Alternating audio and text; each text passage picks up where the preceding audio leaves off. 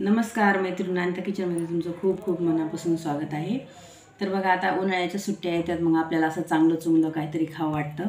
तर मी आज तुम्हाला मटकी भेळ दाखवणार आहे। तर मटकी भेळ कशा पद्धतीची दाखवणार आहे, तर त्यासाठी मी तुम्हाला मटकी कशी उकडून घ्यायची आणि भेळ कशी तयार करायची, ही पण मटकी तयार करायची मी तुम्हाला आधी दाखवलेली आहे आधीच्या रेसिपीमध्ये।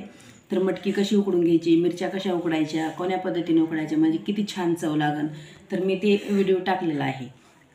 तर हे बघा, मी इथं चुरमुरे घेतलेले आहेत। हे चुरमुरे जे आहेत ते मी छान असे कडक करून थोडेसे भाजून घेतलेले आहेत, म्हणजे कारण तर हे कडक असतात। मग आता उन्हाळ्याचे जे आहे ते आधीच मुरमुरे कडक असतात। तर बघा, हे पंढरपुरी मुरमुरे आहेत। तर पंढरपूर मुरमुरे असण्यासाठी तर मी इथं काय केलेलं आहे, एक छोट्या कुंड्यामध्ये मुरमुरे घेतलेले आहेत। तर मी ह्याच्यामध्ये आता बारीक कट केलेला कांदा घालणार आहे। बारीक कट केलेला कांदा, त्यानंतर बारीक कट केलेलं टोमॅटो, पुन्हा कोथिंबीर, ही मटकी मी उकडून घेतलेली आहे। तर ही मटकी छान अशी याच्यामध्ये टाकून घ्यायची।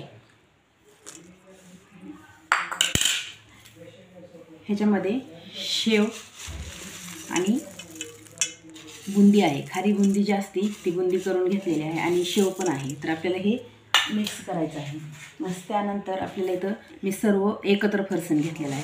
तर सर्व एकत्र फरसाण ह्याच्यामध्ये ना सगळ्या पद्धतीचं येतं। तर आपल्याला ह्याच्यामध्ये आता थोडीशी मीठ घालायचं आहे चवीनुसार।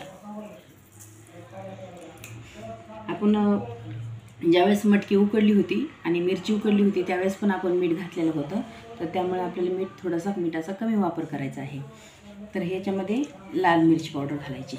लाल मिरची पावडर झाली की आपल्याला थोडंसं लिंबू पिळायचं, जास्त लिंबू पिळायचं नाही, म्हणजे जास्त कुणाला आवडतं कुणाला आवडत नाही, तर आंबट तोंड पडू नये म्हणून थोडंसं आपल्याला लिंबू घालायचं आहे। आणि हे सर्व असं एकत्र मिक्स करून घ्यायचं आहे। बघा, पोरांच्या सुट्ट्यांसाठी माझी मटकी भेळ तयार आहे।